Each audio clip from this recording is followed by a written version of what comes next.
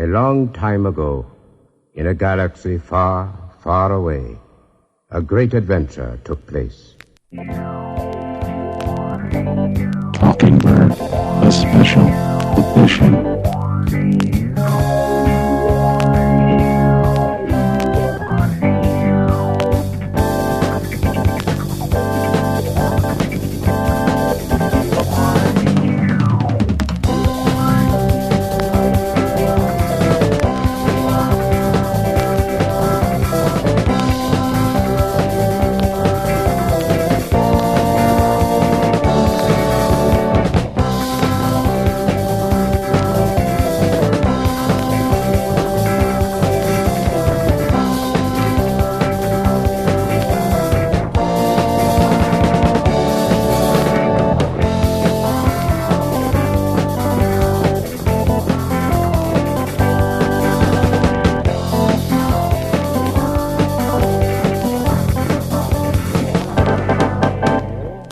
Hello, and welcome to Talking Bird, the special edition, episode 60. I'm your host, Robert Zachary, along with my co-host, John Llewellyn. Hello, John. Hi. Happy We're getting close to Friday Eve. 75 days. What? Yeah. I was saying we're getting close to 75 days until Rogue One. Oh, yes. I thought that's what you were. No, it's Force Friday's Eve or whatever. Force Friday Eve. That's, Mm-hmm. Tonight at midnight, they're going to, I think it's online and every Toys R Us, and they're all going to be having their Force Friday events. A lot of I was kind of looking at it, kind of not looking at it. There's a lot of stuff. Some retailers have a lot of exclusives, and if that's what you're into, then hopefully it'll be fun. I was saying before we started recording, there is an event going on in Seattle tonight, and I'm toying with the idea of going, but I just don't know if my I think, like we were saying before, it'd be a little awkward. I only really want two things. And I just feel if I stand in line and then we're talking and stuff, and then I just run in and grab my two things, like, all right, bye, and then I'll just. All right, no, I'm not really here for buying stuff. I'm just here for the camaraderie. I'm just here for the treats or whatever, the free stickers. I don't know. I'm a night owl, so you never know. I might go. I wasn't going to mention it, but then if I did go, it's I'd have an interesting story. And if I didn't go, I just what happened with that? Why didn't you go? So I still haven't decided. But that doesn't really matter because we have a lot of. Stay tuned until next week. I know it. I like to put the cliffhangers up front, so people will be like, "Well, I'm not. I'll just put this one on hold, and I'll come back next week, and I'll listen to see if he jump right into it. Did he go or did he not go? I mean, there's a lot, but that being said, there's a lot of stuff. Oh, geez, my notes here. There's a lot of stuff. We had the Rebel Season 3 premiere. Got some, we have not really comic talk, but comic rumor talk and comic news and views and views. I guess the big thing that came out here today is that what they're saying is that even though I kind of thought we were done with Rogue One trailers, there's actually going to be a full trailer that's, I guess, going to be attached to Doctor Strange. Doctor Strange. I know, it's Doctor Strange. And I think I said this last week. It's Doctor Strange was never my thing, but yeah, I might check it out. You might check it out, huh? Looks interesting. Come out. When is this movie? I guess. Yeah, exactly. Next week, is it? The movie comes out next week? I don't know. 2 weeks? I don't know. All right, I'm going to look it up. Okay. Doctor Strange release date, November 4th. We actually have a whole nother... Oh, we have a month. Month and some change. I don't know why I thought it was October. I guess I just assumed that there was some Marvel movie coming out in October. I'm sure we're getting one every month, so... Yeah, exactly. Well, we're up to phase 75 at this point. It's all about... I'm just so tired of all these Marvel Civil Wars. Well, that's what it's going to be like. Eventually, instead of which I saw Civil War a couple weeks ago. Yeah. And to be perfectly honest, it wasn't that great. But it was fine. But the comics, they're already doing Civil War 2. Right. I mean, Civil War 3 will be, Steve Rogers will spend 2 hours trying to convince Tony Stark that he needs a colonoscopy or something like that. It's like, I don't want to do it. Don't tell me it's my body. It's like your body. Isn't that something? I know your body belongs to the Avengers or something. I don't know. Yeah, I'm a little surprised though that Joss Whedon hasn't put in some kind of like Steve Rogers is really 80 years old or like 100 years old, and he needs to get his prostate checked. Well, he's like not. I'm kind of surprised Joss Whedon hasn't gone to that well yet. Well, it's because he unceremoniously has ejected himself from the Marvel universe, at least since Age of Ultron or whatever. I think he kind of had enough. I think that's the only reason you haven't seen it. He's just recently come back to Twitter, I guess. Has he? Yeah, he quit, and then he was gone for 2 years, and now he's back. So now, Twitter's great again. All right. I know.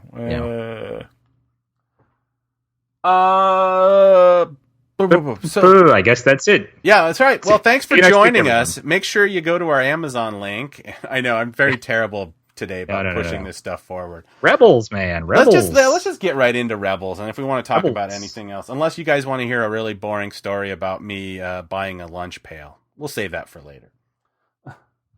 So well, when you advertise it that way, I mean, who wouldn't want to hear that? I know. Well, you want to do it anyway. I know. We'll visit that later if we have some time. So the Rebels season 3 premiere, which has been, it kind of snuck up on Steps into Shadow. Is that what it's called? Yes. Okay. It's kind of a clunky title, or like the tenses are wrong. Like it doesn't sound like the grammar is completely correct. Yeah, it feels unresolved or something weird like that. Yeah, it's so I mean, basically, I don't know about the timeline, and I didn't research this, but I get the feeling that this is maybe 6 months or something after the what was the name of the season finale? Anyway, the season finale. I don't remember. Anyway, which was the major thing of Vader shows up and fights. We've seen every episode of the show, but we could not. There are very few episode titles that I could give you. Yeah, I'll be honest. Like, episode titles for TV shows have never been something that I ever process. I just kind of, people kept talking about, this keeping it in the Star Wars realm, like the Breaking Bad episode that Rian Johnson directed, which I forget the name of it, of course, and that was like people keep saying, "Oh yeah, Breaking Bad, blah blah blah." This episode, I'm like, which one is that? Which one is it? You don't know that? I'm like, no, I don't. I watch The Walking Dead. I don't know what any of those episodes are. I don't, Right. I think Battlestar Galactica had episode names, and even with like Star Trek: The Next Generation, I occasionally will be somebody will say it, and I'll go like, oh, the drumhead or whatever. Like, oh yeah, I know that one. Or I want to say on Dark Matter for season 2, they had like the fans vote on what they thought the episode title should be in advance. Like they were given a couple of lines of dialogue in each episode or something, and like which one should be the title. And so you end up with these weird titles that it's a line of dialogue, but really it has nothing to do with like the main plot or anything of real consequence. And so I just ignored them. Well, and then I just realized like Farscape. It's about a spaceship full of people with abrasions. Farscape. Yeah. But it was called We're So Screwed. That was like one of their famous. So maybe I'm not as bad as I think about episode titles. But anyway, Rebels season 3.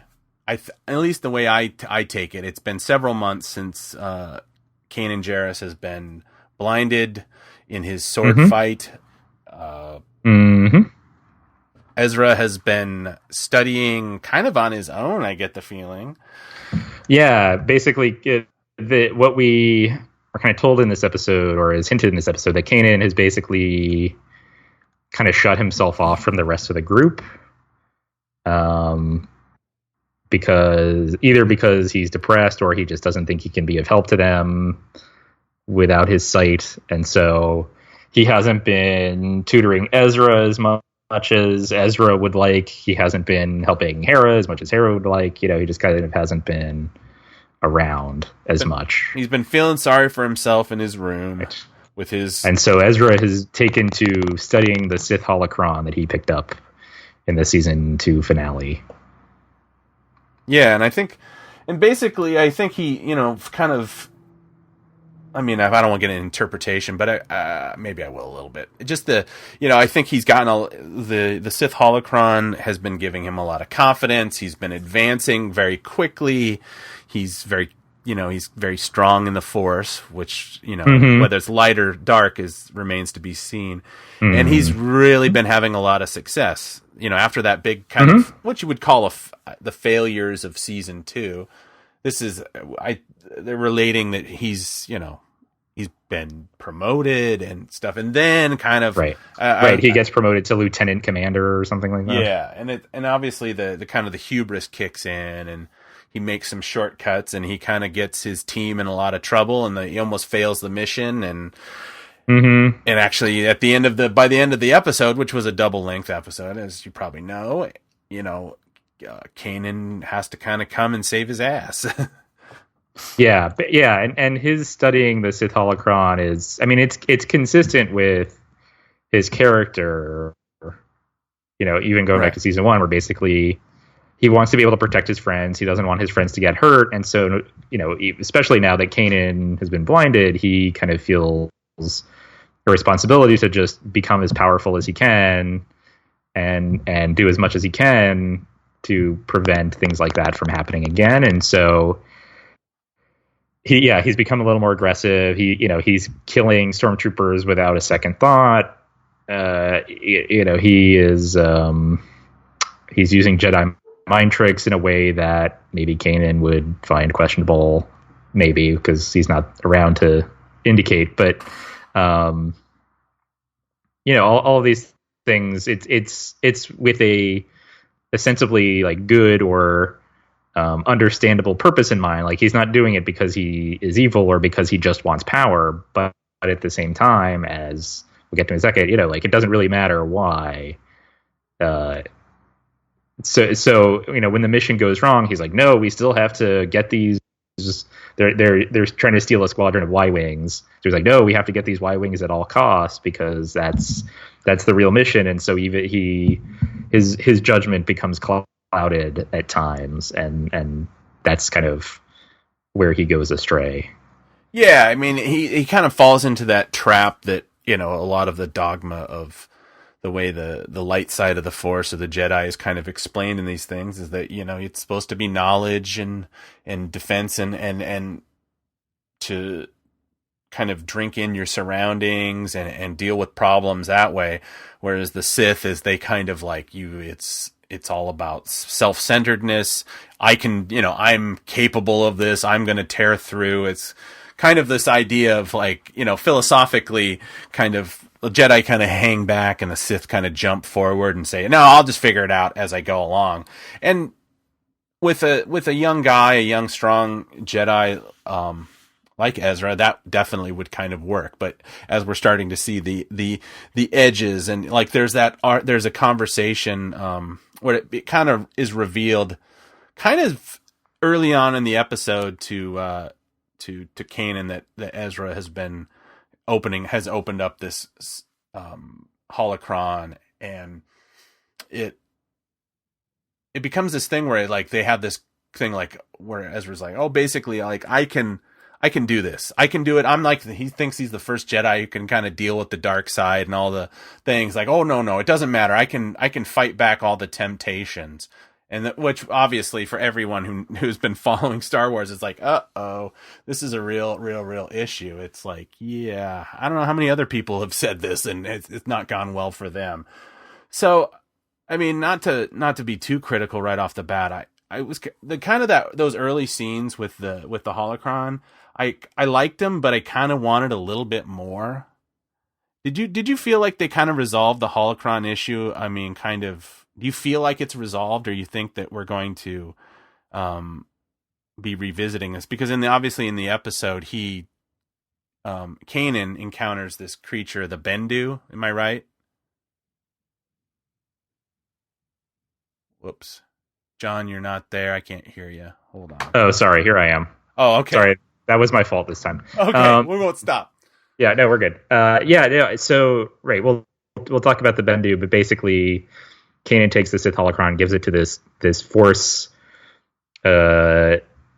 wielder or this Force sensitive character, the Bendu, and at the end he tells her like, "Oh, it's in safe hands," which, I mean, that tells you right there that it maybe isn't, or that this isn't the last we've heard of it. Because I can't imagine they would set this up and then just Kanan just gives it to someone else. The end.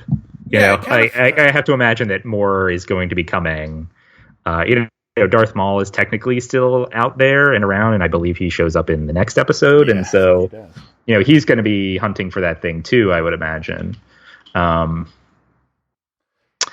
I imagine we'll get more. I don't think they put a capper on it.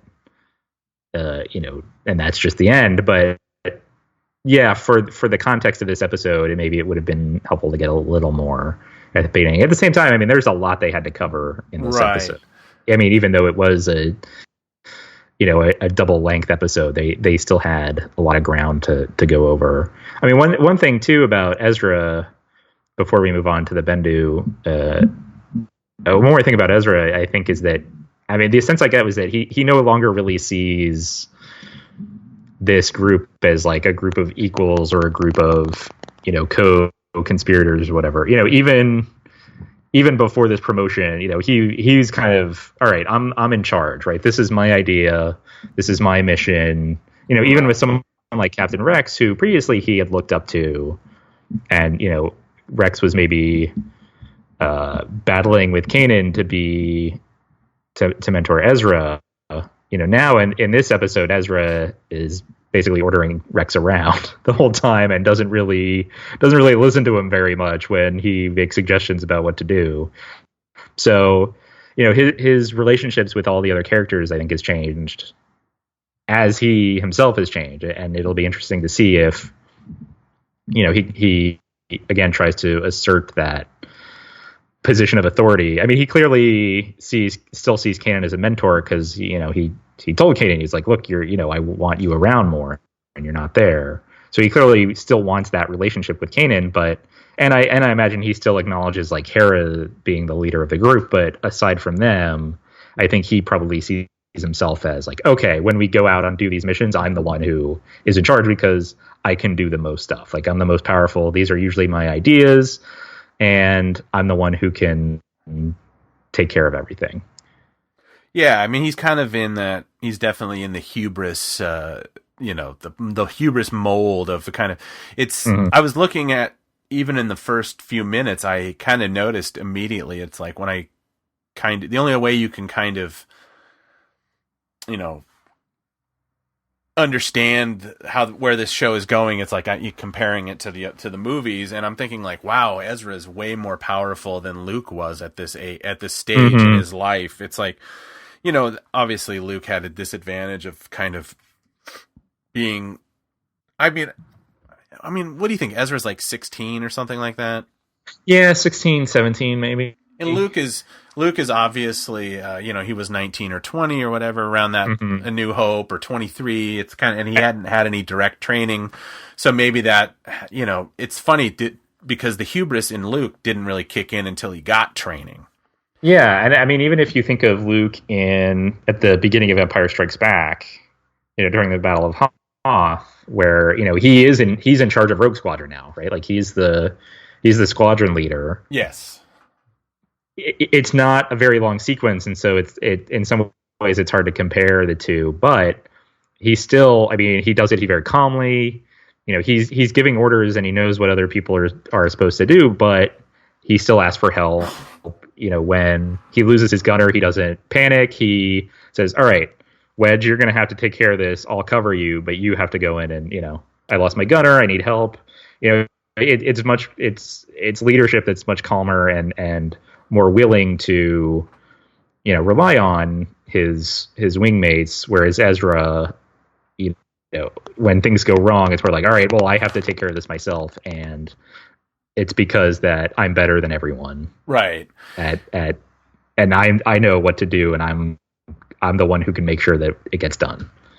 Yeah, it kind of makes you wonder. It's like that now that, things have expanded so much in the Star Wars universe, it's like really how we're supposed to kind of look back to the way Luke was in that point. And it's like, yeah, I always thought that kind of, I was like, man, his rank would go up really quick. And I had wondered whether that was just a function of like, yeah, at this point, the rebels aren't doing so well. So basically, because there was a short little scene in the Empire Strikes Back radio drama where they kind of explain why Luke had ranked up so fast, and that his immediate superior had died in bringing supplies back or something like that. I mean, it's almost like a function of like, did you ever read Starship Troopers? I read parts of it. Yeah, there's a certain aspect to that where it's like they're just kind of like, because they know that the amount of people that die in this war, it's like, well, you got to stick with the program because eventually you're just going to get promoted anyway. So that's kind of like the way. I don't not to say that Starship Troopers really influenced Empire that much, but right, it's that kind of military kind of idea that once you're in the thick of it. And obviously, Ezra hasn't really bought into this kind of military. He does have a rank, obviously. Yeah, but by the end of it, he's already been demoted or lost his. I forget. Yeah, so he's basically put on probation because he's been so arrogant and he screwed up the mission. And he kind of proceeded in the mission without getting higher authority to do so, that basically they said, you have to take a break, sit the next couple out. So he's still lieutenant commander, but he's not going to be in charge for a little bit. But he does seem kind of resigned. Also is a way for them to, what's that? I'm sorry. He does seem, at the end, kind of resigned that he did screw up. Yeah. Which I think of, I'm trying to keep on holding back my criticisms, but it's they're not. Anyway, my point is that I've been picking at is that I'm kind of like bummed about the way they dealt with this whole holocron issue. Now, maybe and I was thinking about it last night when I was watching it again, and maybe it's because I'm expecting a little bit too much from a kids show, and that's not to knock that it's a kids show. It's just that some of the themes and things. It's like there are certain things they can do and certain things they can't. Right, and so I'm saying this full well knowing that it might not actually work in the kind of age range or who they're trying to focus the show on. But I was like thinking about this holocron. It's kind of like it's got a female voice, and it's kind of like it kind of like is this, like, it would have been more interesting if they'd almost kind of done it like the kind of almost like a seduction thing with Ezra, where it was like he basically Kanan figures it out because he bumps into it. It's sitting on the table or whatever. But obviously because it was in Ezra's helmets, he was hiding it. So he's been sneaky about it all the time. Yeah. So I almost feel like if we could have drugged this out a little bit longer, like maybe the first 3 or 4 episodes could have this idea. And that's not to say that they're not, when Maul comes back in, that the things that he's already learned from the holocron aren't going to come back into play again. But I guess maybe I was expecting a little more foreshadowing, this idea that he's it's almost like being a Sith or the holocron. It's almost like having a secret drug problem, or like all of a sudden, like Ezra's like really buff and confident. A Sith holocron. Where did you get this? Yeah, and he's don't you know what this can do? Yeah, it's like he's doing steroids or something, and it's like the coach finds out, like, what did I tell you about this crap? Yeah, but it's like, it makes me so strong, and it's like that kind of thing where it's if there was an intelligence to the holocron, and he's a young man, and obviously he likes girls, and because he had a crush on Sabine like the first 2 seasons, which that seems to be gone now.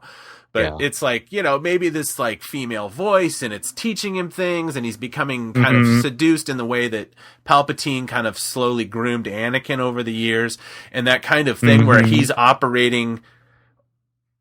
Maybe that's too much, kind of like the Revenge of the Sith kind of idea that, Anakin was almost living 2 lives. He had his personal opinions about where the government and where the universe was going, and they were kind of fed by Palpatine's cloying attitude of like, well, remember what you told me? It's like they're sharing secrets. I mean, I kind of, and maybe they ditched this concept of the holocron as being an intelligence.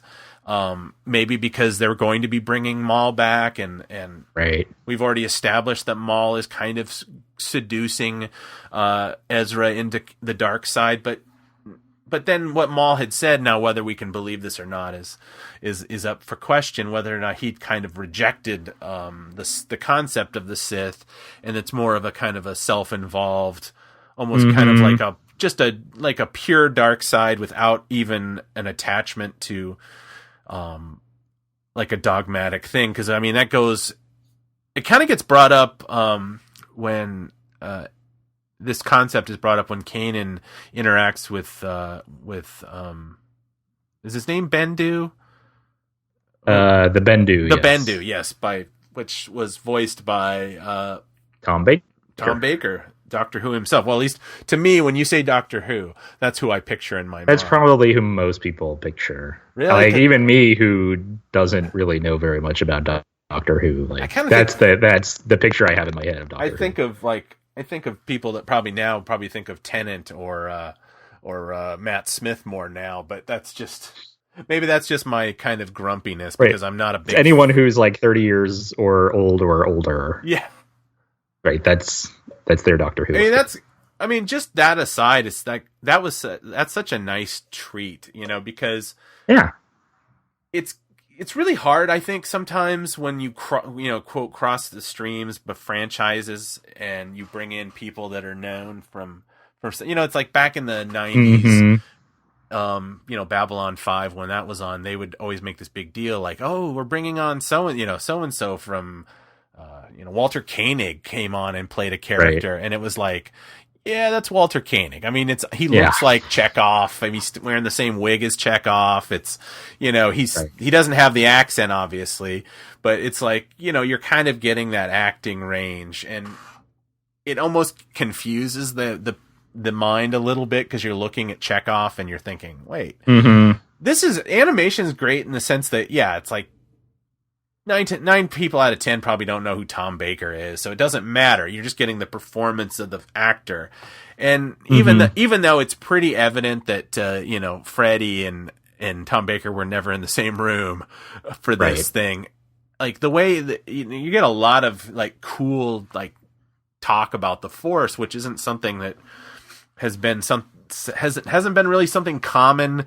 in Star Wars for a long time. It's like, I think after Lucas's forays into midichlorians and chosen ones and things, I think a lot of creators in the Star Wars universe have kind of gotten like, well, let's not over-explain it. It's like, a lot of the information that we are dealing with is still kind of encompassed in, Obi-Wan Kenobi's monologue, the original trilogy, A New Hope, and even Empire. It's almost like a lot of like the Force, even the explanation is kind of even dropped in Jedi. It's just the fact that like it's like it's more about personal revelation. It's not the metaphysics of the Force. And then even when Luke and Palpatine kind of show down, there's not a lot of conversation about like philosophical, you know what I mean? It's a battle of wills. Right. It's not a battle of like, well, I believe that the Force is this, which I mean, I totally understand. It becomes when you're trying to have an exciting battle in a story, you don't want to have people spouting platitudes about like, their point of view, which, you can kind of, if you go back and think about Revenge of the Sith, like when Obi-Wan and Anakin are having this, epic battle on, in lava and on planks and in gantry ways. And then all of a sudden he's like, you were supposed to destroy the Sith, and not become one. Like, well, from my point of view, the Jedi are evil. And you're like, oh, come on. It's like, why don't they just put an asterisk next to the line and then he has to go back and I know it's like that's what we end up having. It's we have like these kind of strange conversations. So Right. I will give Dave Filoni credit. I don't actually know who specifically wrote this episode, that they were able to, they kind of compartmentalize it. And a lot of this, my point is a lot of this conversation where, and what's the planet that Kanan is on right now? I don't remember where they are at the so moment. so if you remember from the show, it's got spiders on it, and they're being repelled by some kind of force field, and they kind of figured out that these spider things are kind of more benign than they originally thought. But Right. so They had to set up this kind of like electric silent fence to keep them out, and it turns out that they don't actually need them. They just need to not be scared of the spiders. Yeah, so I had a little trouble kind of understanding that part of the conversation. Is that what it was, that they kind of feed on fear? I don't know, or if it's just because Kanan is afraid, they sense that, and since Kanan is afraid, the spiders don't know what he's going to do, and so they get, all ready to strike. Krykna spiders, is the name of them. I don't think it's that they attack fear, but it's like they sense that they're afraid, and so then the spiders start getting afraid, and they get a little nervous, and they put their fangs out, and then that just escalates everything. Okay. I think that's kind of what they were going for. Yeah, so I mean, yeah, it's kind of this idea of, goes back into the idea that the Force kind of affects things in a greater degree, and he's kind of, Kanan is kind of, even though he is still a Force user, he's feeling sorry for himself, he's being mopey, he's not engaging with his commitments. It's just not good for Kanan right now. So I mean, I guess basically the whole thing with the Bendu is that he kind of gets a reset from this guy, but we don't. Like, this guy kind of comes out of the ground. He's been sleeping, and it's like he's almost a Lovecraftian kind of combination elk bison thing that like lives underground, right. And he rises up, and he, it's a lot of kind of, I guess you would say that, if we're talking about the Sith and the Jedi, he literally says, I'm in the middle. Which can be good and bad. It's like the idea, right. if you think he's going to jump in with your, like, whoa, this is for the good guys, he's not necessarily going to be jumping in to help you just because you're claiming this altruistic, we're the Jedi, we're the good guys, and that same thing, he's not going to be jumping in with the Sith. I mean, he called it the Ash something. It's the name. I mean, George Lucas came up with these. Right. And that was kind of my point. I forget what they are. I should have written it down, but they're the two. It's like the Ashla. The Ashla and the something or other of the Bogan. The Bogan. The Bogan is the dark side. Right. And these are concepts that Lucas had, kind of pilfered through, his readings. And either by exact, I think they might even be the exact words or something. But anyway, He added them into his overall view of the Force. And a lot of this kind of goes back to the Star Wars script, the kind of that crazy, way more information than you need sci-fi script that he made in 75, which was whittled down to Star Wars. But it's kind of nice. It's like a nice thing that they're kind of coming back. They're kind of touching back into that kind of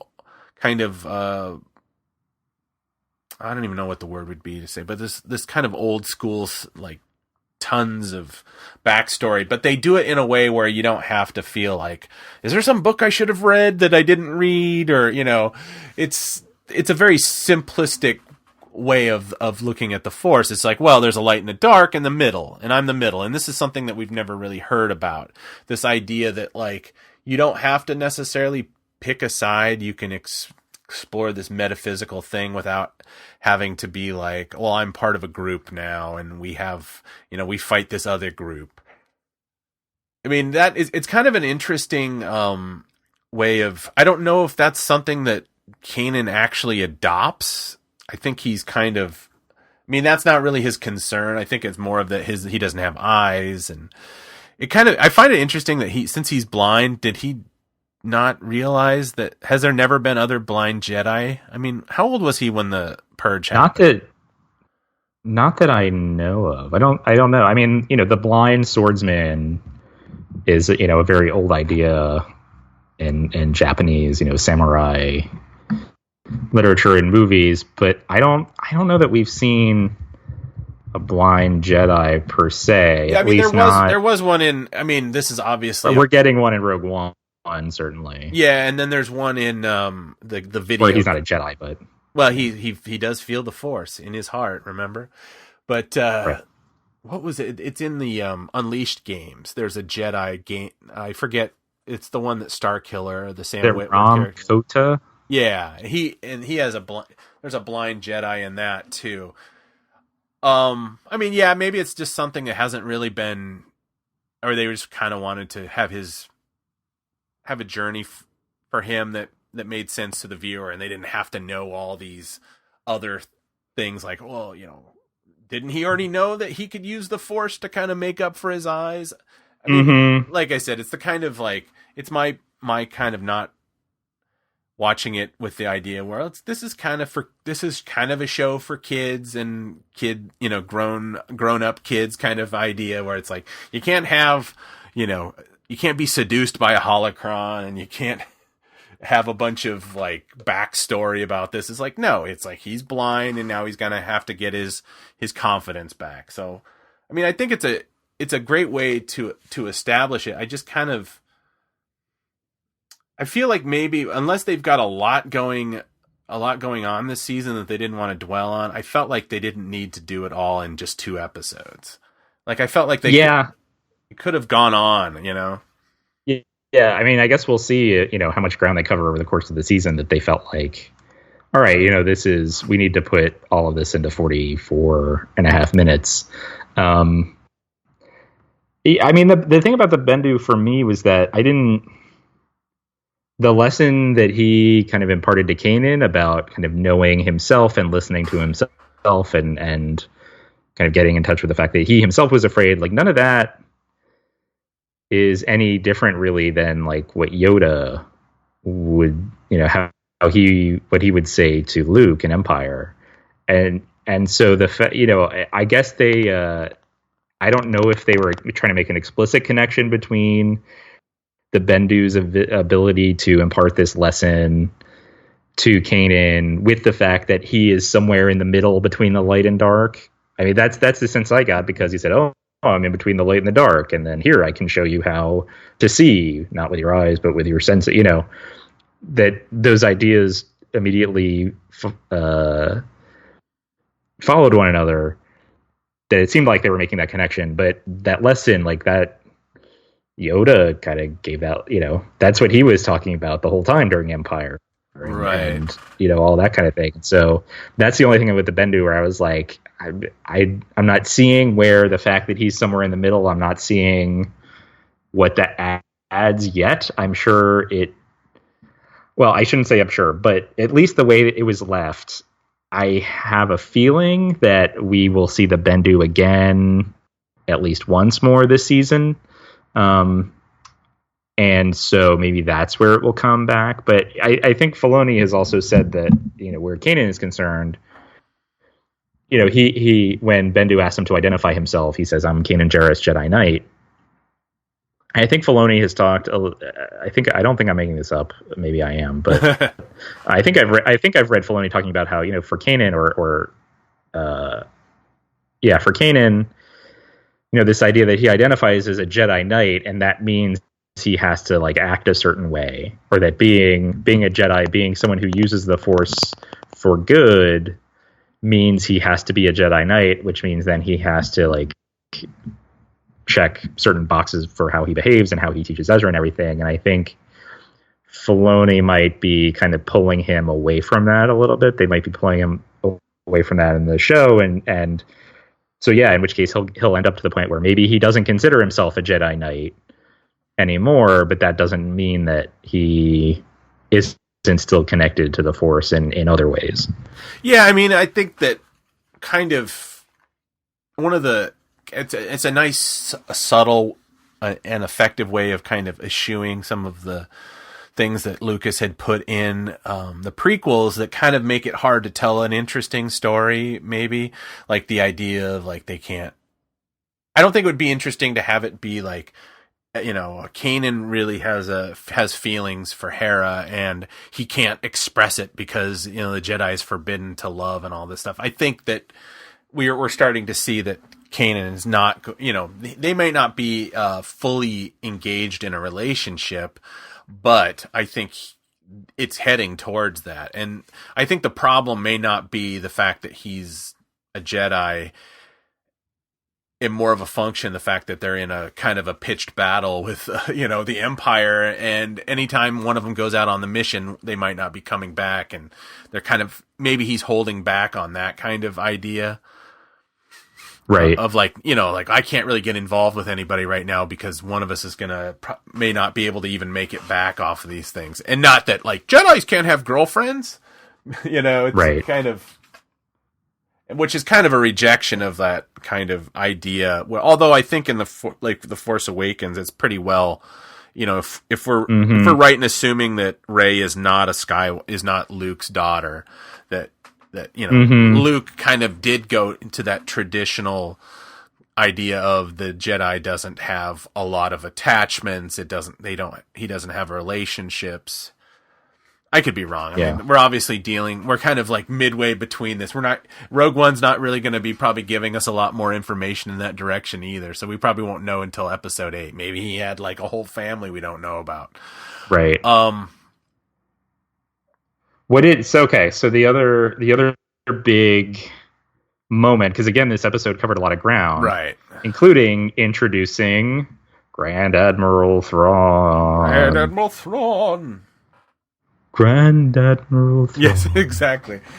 How did you think about that introduction? How do you think it went in this first episode of the season? So, well, this is kind of a roundabout way of answering that. It's like somebody had kind of complained on Twitter that like, God, that was they had said, and I wish I could remember who said this, but anyway, they had said like, I really glad that I saw the reveal on a stream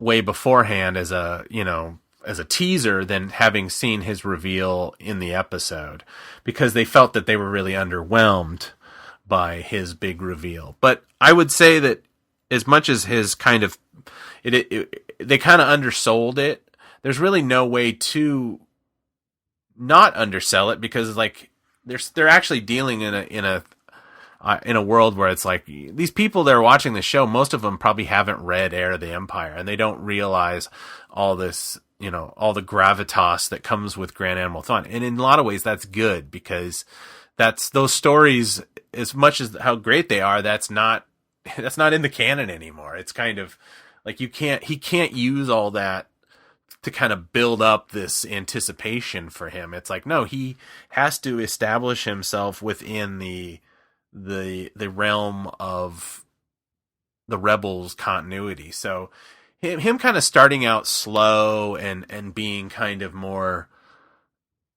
not necessarily actually even that involved. I mean, it's not like he showed up and like proved some great point.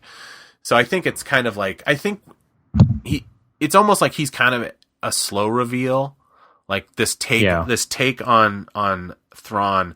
It's like, yes, he looks and he kind of sounds exactly like you think he would, but he doesn't have like, even the guy that we grew up, reading or whatever, 20 years ago, that's, further down the timeline anyway. It's like a lot of water under the, even if they're not going to go back to that timeline, he doesn't get to benefit from all that, story. So it's kind of like, for being, it makes me wonder. It's like, well, what is he going to be? There's a lot of talking heads or bad guys. I mean, we still have, Tarkin's still a part of this. Tarkin was in there. That regional governor was still in there. Who's that lady that looks like Kate Blanchett from Indiana Jones and the Crystal Skull. Is that the governor? Yeah, that's the governor. She was from like that's kind of like a deep pull. She was in like season 1, early season 2. Okay. And then she disappeared for a while. Yeah, but now she's back. So now there's all these people, and it's like, well, okay, I guess Thrawn has been recently promoted, and so my point is that yes, he's definitely, they've given off the vibe that he's going to be a formidable foe, but he hasn't done anything yet to be like, ooh, this is a whole new kind of thing, except for the fact that at the end of the episode, he actually tells the troops to just like, let them have their ships, let them live to fight another day. This isn't the battle I want to have yet. So it's kind of like, it does kind of put some, something in the tank for later on, that this is going to be a build over the season. It's not going to be a thing where he's just going to be like, Thrawn knocks it out of the park from day one and he's chasing them throughout the whole, I guess is there going to be like 13 episodes this season, or is something like that? That's a good question. I assume so. I mean, they're dealing with Rebels is way different because they're dealing with a lot of bad guys. It's kind of like a lot of personalities, where it's usually in Star Wars movies, it's just, the First Order, and that will encompass a lot of personalities, but really they're all agents of the Empire or agents of Snoke or whatever. Whereas this is, even though it's the same universe, you're dealing with a lot of like, well, you have this governor, you have, Maul is out there somewhere, Vader's out there somewhere, Tarkin is there. It's that kind of idea where it's like, it's more of an interpersonal kind of thing rather than dealing with kind of the corporation that is the Empire. It's almost like the field is crowded with a lot of players, and I'm kind of interested about how they're going to resolve that. Whether they're just going to, de-emphasize some of the people over time, whereas, Tarkin, his real big thing, his big come to, I don't know, his end of his story is really A New Hope. That's right. It's like they're probably not going to explore a lot of Tarkin. It's going to be, he'll show up, he'll say, oh, we need to get so-and-so, what do we need? And then he's just going to kind of retreat to the background, because I don't think they really want to confuse it all. It's technically, if they didn't want to bring Thrawn in, this might have been Tarkin's season, him kind of being like, seeing, he's a military genius and he's one step ahead of the rebels. But obviously that's what we come to expect from Thrawn, even though he hasn't really done it yet, Right. Yeah, no, I agree. It was very subdued. Extremely subdued, yeah. Extremely subdued introduction to Thrawn, right? And one of the things, kind of like you said, one of the things I thought about it was that if you had never read any of the books, if you had no idea who Thrawn was, even if you had seen, if you watched the celebration panel where they said Thrawn's going to be here and everyone went nuts, and okay, well, this guy's getting a book, right? Even if you did that, if you know that, but if you had never read the previous books, or even, maybe this isn't fair to say, but even if you lived and were around and a Star Wars fan during the time that books came out, and because that's basically all Star Wars fans talked about for a couple of years, because that's really all there was to talk about, right? And so everyone went nuts over Thrawn and Mara Jade, right? And so if you, again, maybe this isn't totally fair, but part of me feels like if you weren't actively a Star Wars fan during that specific period of time, then having Thrawn show up in this episode of Rebels made no impression. Yeah, I'm guessing, right? Because they just said, even the, they didn't even, the very first mention of him was this oblique reference to the Seventh Fleet, and for people who are super Thrawn fans, will know what that means, and I'm sure they went yay immediately. But anyone else is going to be like, okay, sure, the Seventh Fleet, like that doesn't mean anything to them. And then this blue guy shows up, and they're like, oh, great, a blue guy. I guess this is that Thrawn I've heard so much about. And then, like you said, he just says like, oh, he doesn't do any of his super Thrawn like, let me look at this sculpture and tell you what's going to happen for the next 6 months. Right. He just said like, okay, well, they're in this system, which is only a hyperspace jump away from that system, and one of the people with their crew used to be, in a prison cell with someone else who worked at that one. So I guess that's where they're going. Like I guess maybe the Empire at this point has their competence was waning, but at the same time, like probably a lot of people could have made that connection if they had all of the relevant information. Like that I didn't feel like that was something that only Thrawn could have come up with, right? That was a connection that only he could have made. And yeah, it was kind of an oddly muted introduction to him, and even his the way that Mikkelsen, I can't remember. I know it's not Mads Mikkelsen, but I can't remember his name. Galen? No, Galen is the character. Yeah, it's a character. I'll look it up while you're talking. Anyway, the Mikkelsen who is doing Thrawn's voice, right? I get doing it this kind of calm Lars Mikkelsen, thank you. This kind of, I knew there was an L somewhere. Yeah. This kind of quiet intensity can seem threatening, but it also could come off as just kind of low energy. And so I'm a little worried that like Thrawn is very low energy. Thrawn is just kind of, he's low energy. He's going to come off as low energy. Well, yeah, I mean, if you compare it's probably not a fair. I will stop the rebels. He does kind of. He's got that kind of like creepy. I will stop like the a creepy rebels. like Mr. Rogers. Right, like he almost sounds like Hal from 2001, like a little bit. Yes, he does actually. Yeah, it's like if you look at the comparison, like, and I don't obviously it's probably not fair because we're saying it's like it's also they're trying to. God, I'm rambly today. They're trying to get a different impression off of people. Like, say, let's take the first chapter of Heir to the Empire, which is, the first introduction of Thrawn. I mean, that's the first, Star Wars that we've gotten since the comic books went out of, Marvel stopped doing the Star. Well, that's not true. I'm trying to actually now I've got my timeline screwed up. I think Heir to the Empire predated Dark Empire, the Dark Horse comic.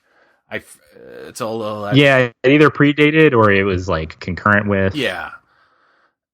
Anyway, this is their big new bad guy, and this is they'd already committed to 3 books, which so they had to really, really sell him in that first chapter. And Zahn, obviously when you have the written word, you can expand, but just even if you take that away, it's like it's a very dramatic introduction.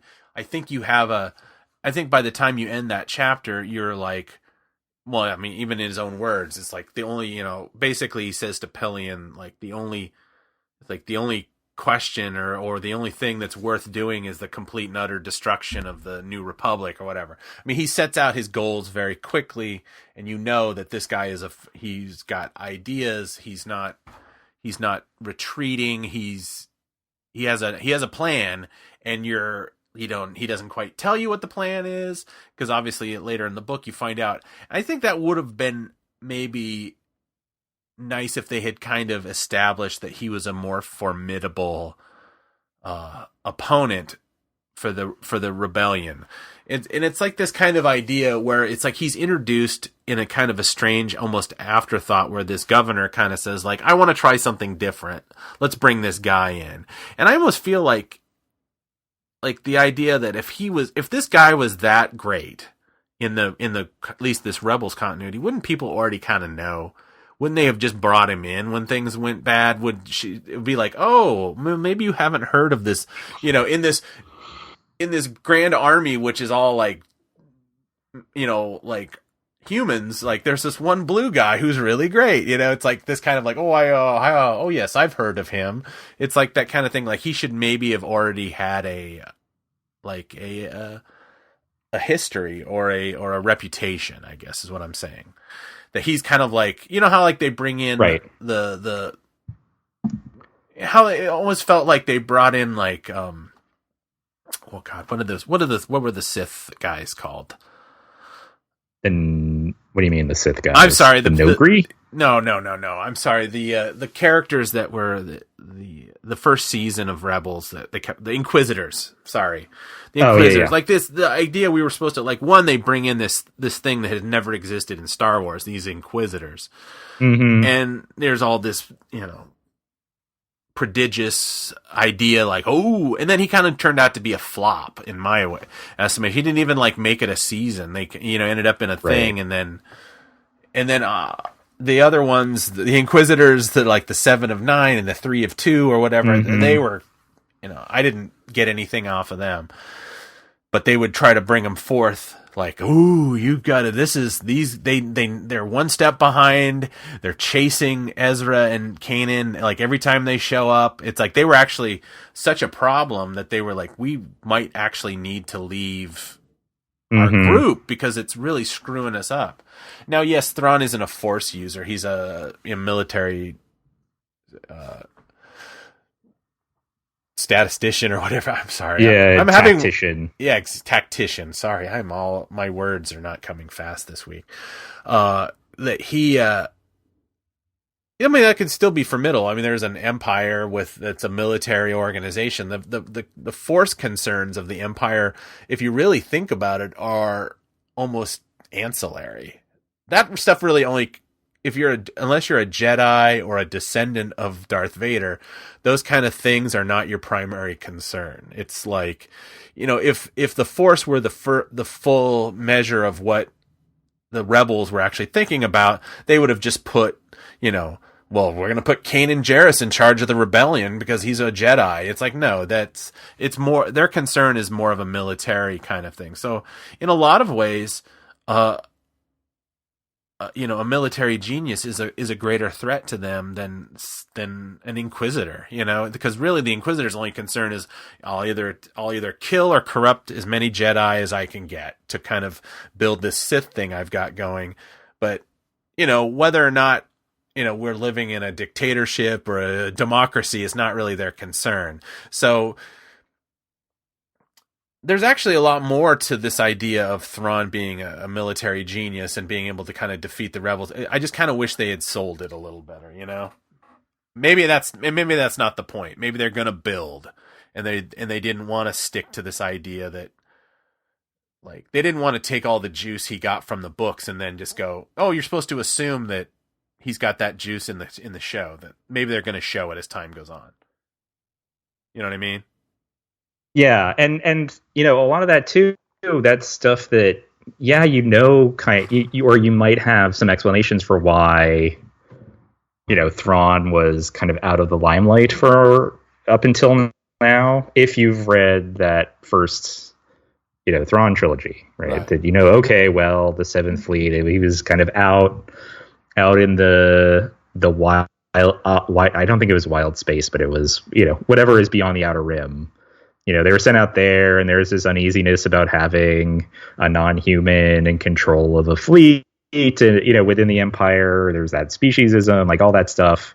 It wasn't really mentioned in this episode, and so if you weren't aware of all of that, then you might be like, wait, why are we just getting this guy now if he's this brilliant tactician? I mean, the other part of that answer might be that they didn't think the rebels were a big enough threat yet to call him in.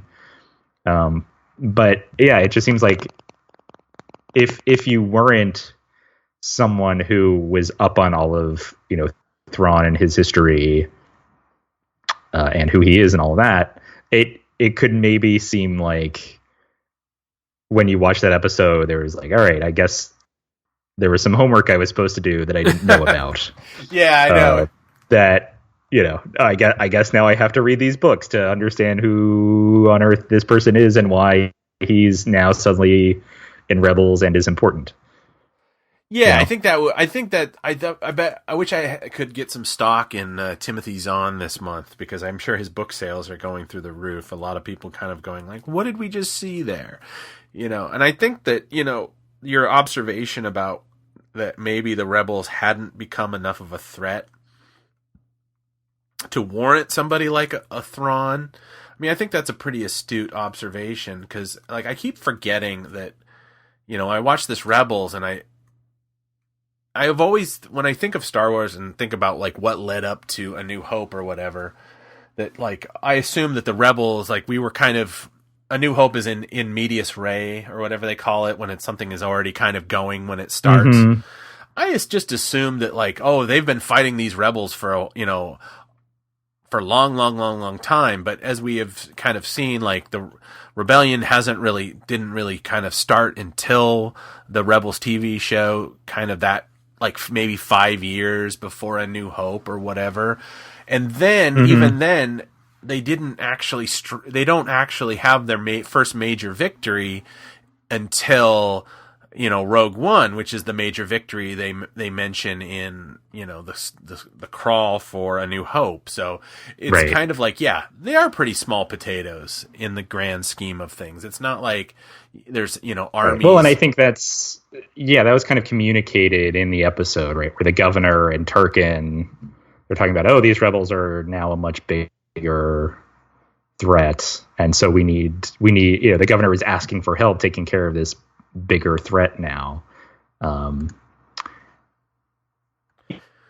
So that seems to at least be part of Filoni's thinking on this, that okay, so now the rebels, and I think it's Hera who has a line in the episode about, oh, we're connected to, it's not just about us, we're connected to a much larger thing, and they're getting the Y-wings for General Dodonna's fleet, right? So we're getting the sense that this particular group of rebels is connecting up to the larger rebellion, and that larger rebellion is they're causing problems throughout different sectors, and it's gotten to the point where they're the incompetent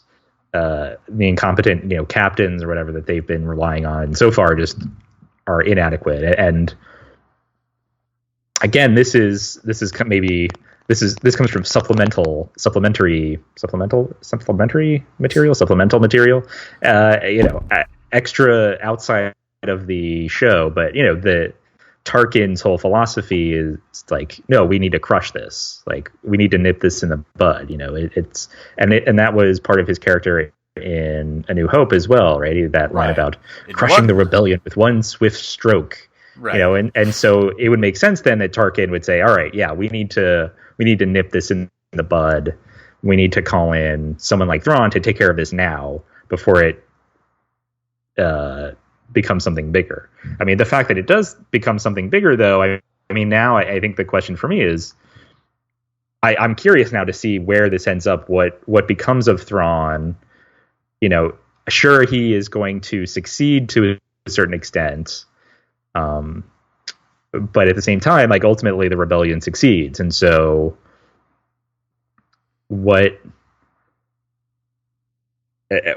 implies then that ultimately Thrawn fails, right? The fact that the rebellion succeeds means that, if Thrawn thinks that is job number one, well, you didn't do it. So kind of what shape, what form does that, what is that failure on Thrawn's part? What does that look like? That's kind of what I'm curious to see where they head from here with him, with that character specifically. Yeah, because he's kind of in a, if the idiom of the Star Wars universe, it's like, if you're a bad guy and you fail, it's like you basically have two options. You're either going to die at the end of your conflict, or you're going to sneak away and the Emperor is going to kill you or take it out on you. I mean, or, you're going to have to deal with that. So it's either a situation where, he's going to die at the end of his run on this, or he's going to, be gone in a way that even the Emperor probably couldn't lay a hand on him, because it's like, otherwise he'd be dead for failing the Emperor. It makes me and he doesn't get demoted, I assume, because at least as far they're not directly directly contradicting any other stuff yet. He remains a Grand Admiral, or maybe he gets demoted and then promoted again later. But so he doesn't like, what are the consequences for Thrawn of the fact that ultimately the rebels do succeed, Right. And it's kind of like, it's interesting. It's like, is Dave's plan to only have it be like a one, kind of like they pick a thematic they'll have a bad guy every season and then they have a fresh bad guy. So yeah, whatever it's going to happen with Thrawn will be resolved in these 13 episodes. I mean, they've done this. I mean, there's a lot of potential to have it be interesting, but we already know that Vader won't be showing up in this season, and I wonder if that means that we won't be seeing the Emperor as well. But it's, if you think about, like, did you ever read Shadows of the Empire? Yeah.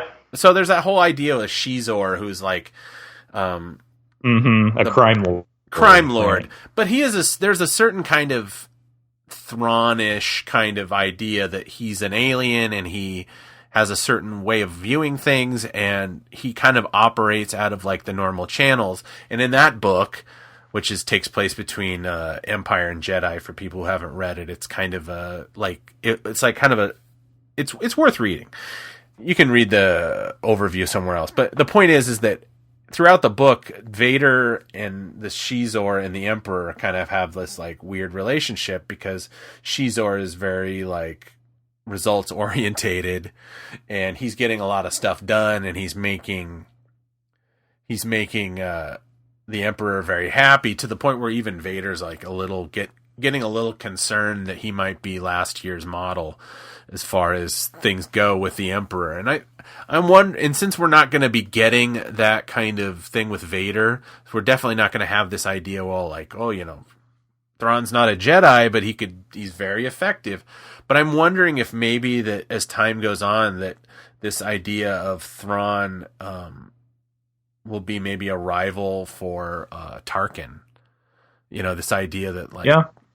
But who knows? I mean, if that's even something, how deep they want to go in this kind of idea. If his whole locus will be getting rid of the rebels, or, are we going to see his Machiavellian advancements within the Empire? I mean, right. I mean, does he get sent away again? Right? Does he lose a bunch of ships? Does he, is he called to the carpet and Vader has to take care of him? There are lots of different ways that this could play out. I do feel like, though, that they're not going to directly contradict the Heir to the Empire trilogy, at least not yet. Because with the exception of the stuff that's happened around the events of The Force Awakens, right, circa that time period, they haven't really directly contradicted a lot of the other stuff yet. No, not really. And so I think they're going to. I mean, I think at least Filoni and Kiri Hart and whomever else still kind of like that. They maybe don't love every element of Heir to the Empire, but they at least are going to be respectful of the time and work that Zahn put into it, and respectful of kind of what the Heir to the Empire trilogy meant for a lot of fans, and the fact that, for a couple of years at least, that was like the Star Wars thing going, and kind of what that meant to Star Wars generally, that they're not going to just, completely undercut it right away. Yeah. Yeah, it's just...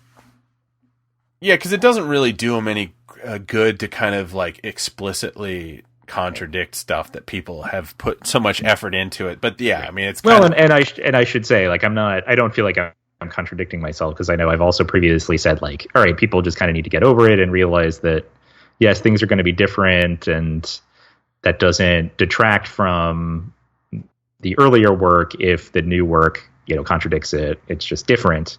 But at the same time, I think hearing Filoni talk about it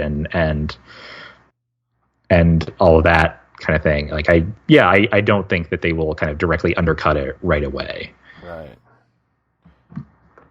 Um, no, Filoni, I guess if we want to talk about coming up, what's in store for the rest of Rebels season 3. Yeah. Filoni did an interview. Well, he's done several interviews to promote season 3, but IO9 had a piece up where he says, a lot of season 3 is going to be based on that line from A New Hope where Tarkin tells Vader that, the fire has gone out of the universe. The Jedi are gone. You're the last of their kind. Their fire has gone out in the universe. And so that's sort of what season 3 is going to be about, where the Jedi, the people who follow the light side of the Force, maybe they stop winning all the time, right? And they're kind of the lightness kind of starts to die out, and then you get the dark times. I do think it's interesting too, and I don't know whether they set this up this far in advance, but I think there's a previous episode of the show, and I know we talked about episode titles before, but there is a previous episode of the show called Fire Across the Galaxy. Right. Isn't it the first episode? I want to say it's season 1. I don't know if it's the season 1 premiere, but I don't know that they explicitly were connecting it to season 3 at that point in time, but I think it was probably connected to that Tarkin line. Oh, the first one is Spark of Rebellion. Yeah, Spark of Rebellion. The fire of the Jedi kind of dying out in the galaxy, and then Filoni also said that, whereas in season 1 and even to a certain extent in season 2, you'd kind of have this longer story arc going, and then you would get kind of individual side adventures in the middle of that, right? So somewhat infamously for this show, for me talking about it, the episode of season 2 where Hera gets to fly the prototype B-wing bomber, and then it's never mentioned again. Right? Like you would get those kinds of episodes as sort of a breathing room to lead up to then the next episode is like, all right, now we're going to get back to Ezra and Kanan. And so Filoni said that season 3 we're going to have even less of those, and it's going to be more of kind of a through line, and have it be one larger story. Which, again, I kind of hope that means we'll see Hera and Sabine and Zeb doing more, because the thing about the season 3 premiere is Sabine got to do some stuff, right? She was flying the ship. She was flying the Phantom. Right. For a while. Zeb was kind of there to help Rex, essentially. To say Carabast about every 10 minutes. And then Hera was barely in the episode at all. She got a couple scenes with Kanan, and that was kind of it. She did kind of lay a smackdown on yeah, she did at the end. She did. You're right about that. But that was, you get the sense of like, all right, everyone is kind of on this mission, and then Hera's just back at the base. Yeah, why isn't she? I mean, yeah, I see. I mean, maybe because she's the leader of this whole squadron now. She is, she has to take on more administrative or kind of big picture work, and she's less involved in the day to day. Like, all right, we're going to go on this mission, which is a shame because she's the best pilot of everyone.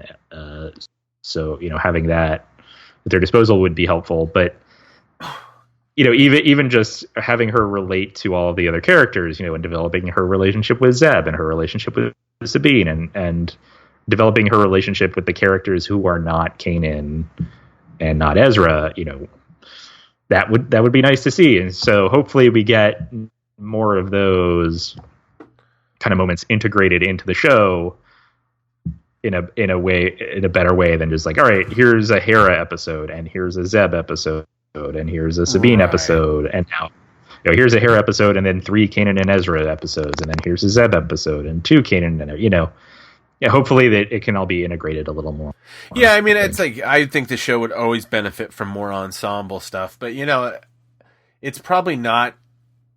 Yeah, he says there's going to be, but I think more is going to be groupings, because it's almost like if you think about Star Wars, it's like the amount of time that like our heroes are all in the same space. It's parts of the, it's the escape from the Death Star, it's getting to Yavin, and then it's a little bit of them on Hoth. It's kind of like most of the time everybody's kind of off doing. Yeah, that's a good point. They're kind of, it's like this weird idea where they establish where that was such a strong impression on how we view those groups, is that we don't really realize it's like somebody's said like made a drinking game or something one time. They said, watch all the Star Wars movies and drink every time you see Luke and Lando in the same set, and it's like, and then go to bed almost totally sober, because they don't actually interact except for like a handshake in it, or him coming off of the top of the Falcon. It's kind of like there's not much of a ragtag crew as you think. But that's a good point. Yeah. I mean, that being said, it's like, I wanted to say something about that quote about from Tarkin, the fire has gone out of the galaxy.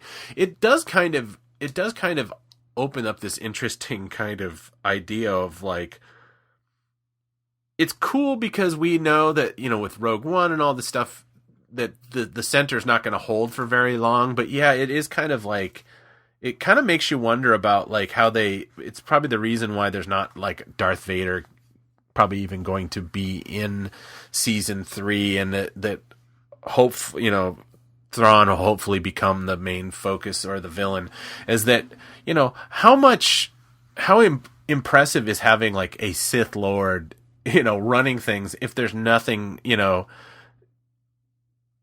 to oppose it, you know what I mean? If there's no Jedi, then what's the point of being a Sith? It's the idea. It's not like it's not like the Emperor is like, making speeches and talking about, oh, I was reading from, the story of Darth Revan and blah blah blah. It's like, I mean, I think I've seen people discussing this on Twitter or whatever, or other podcasts. Is like, did the average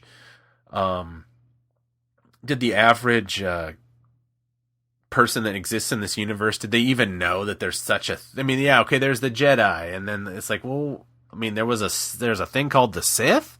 Like, what are you talking about? I just thought they all just kind of went crazy and that all the clone troopers killed them all, and that's the story. It's like, no, there was this battle of wills and philosophies, and, I mean, obviously they just know of Palpatine being a kind of a tyrant, but it's like, post the fall of the Jedi, how important really was, Palpatine's Sith teachings to his overall kind of running his government? It almost seems like they're more of a bureaucratic kind of apparatus than actually kind of a spiritual kind of, it's not I guess my point is, I guess the Empire isn't really a theocratic government. They're more of just, what is it, oligarchy or whatever, when it's just one dude running everything? An autocracy? Autocracy. An oligarchy is when it's a small group of people, I think. Yeah. An autocratic idea where it's like the military and the stuff. Like, he doesn't, like, it almost seems like the Emperor doesn't concern himself with this stuff unless it starts costing him a lot of money. If there's a lot of things. Right. I mean, there's a pretty big imperial bureaucracy. Right. And it's kind of like, he doesn't need to even, like, it's kind of like when you hear about, like, these guys, these famous dudes, or they own like 50 restaurants. It's like, like so-and-so Rick Ross owns how many of these restaurants? And it's like, he doesn't actually need to come in until like there's actually a problem. So it's right. But it's like, then the Emperor doesn't, so he's kind of in this idea where he's just, doing whatever. He's got his, I was thinking about this, and like, I'm kind of surprised they haven't shown up in Rebels, and maybe they will as time goes on. This concept of the Imperial dignitaries. Do you ever remember these? They kind of show up. There was figures for them. They're in one brief shot in Empire because they're on the shuttle with Palpatine's close advisor is like Mas Amedda. Sate Pastage is one of the names of the guys. And there's a guy in who shows up in Aftermath, but I can't think of his name at the moment. Yeah, so I mean, even in that idiom, it's like I don't think the Emperor is particularly interested in the day-to-day things of the galaxy until they blow up his Death Star, and then actually, if you be honest, once they steal the plans, then he realizes he has a problem, and then he does kind of erupt into this kind of theocratic idea. He takes powers that, like, I'm dissolving the Senate. Mm-hmm. I'm giving power to these things. It's like he's reached his boon, and it's the idea for 15, 20 years he's just kind of been in the shadows doing like, he declared as emperor, and okay, yeah, things kind of get worse every year, and it seems like I'm paying more taxes than I'm taking home income, but whatever, it's not as bad as it was during the Clone Wars, and then now things have gotten really bad. It's kind of, I like thinking about it in that terms, because it really makes me kind of reposition my thought about, again, like I was talking about earlier, like the real excitement that happens in the Star Wars universe really does start happening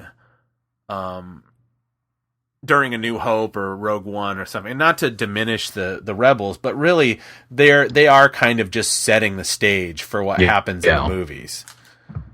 Right. And I think, I don't know. I guess that's all I had to say on that. Well, and that could be, right, that's in part a reaction to the Empire, what the Empire is doing, right? They're developing the Death Star, but no one really knows about it.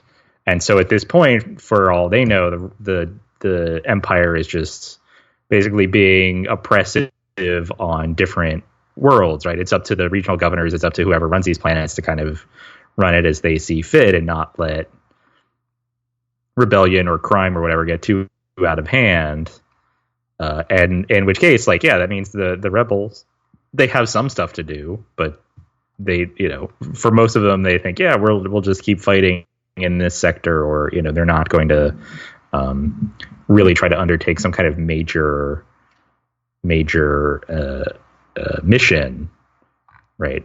And until we get to Rogue One: A New Hope, and it's like, oh, there's this Death Star. Yeah, we need to stop that, and that means we need to put something together, the scope of which we haven't ever done before.